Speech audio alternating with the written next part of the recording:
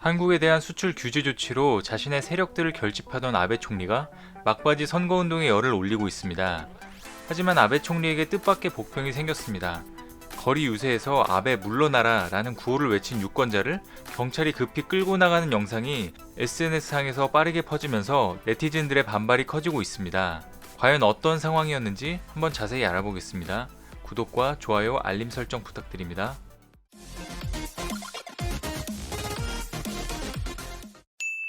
안녕하세요. 세상 모든 잡다한 지식을 알려드리는 잡시광입니다.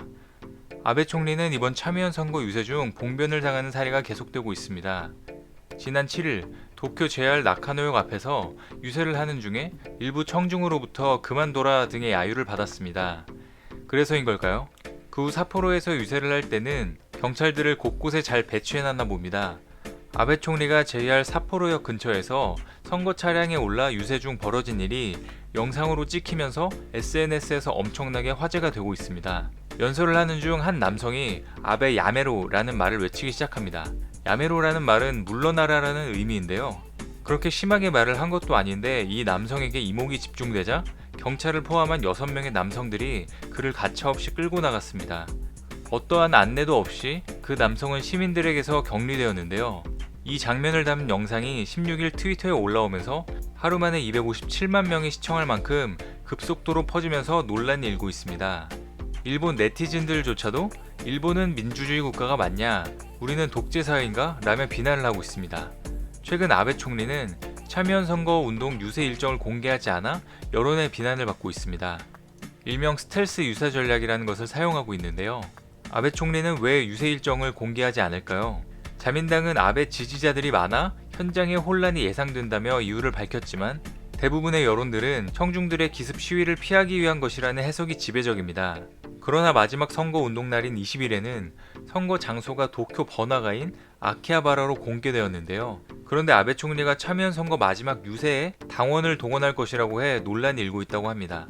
교도통신에 따르면 자민당은 공지글을 통해 당원들에게 아키하바라 선거 유세 동원을 요청했습니다.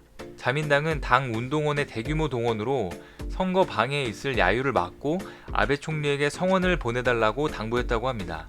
자민당이 이렇게까지 아베 총리의 아키하바라 유세에 공을 들이는 이유는 자민당이 민주당에서 정권을 탈환한 2012년 중의원 선거 때 아베 총리가 마지막 유세를 했던 곳이라는 상징성이 있어서 유세 장소로 선정했다고 알려져 있습니다.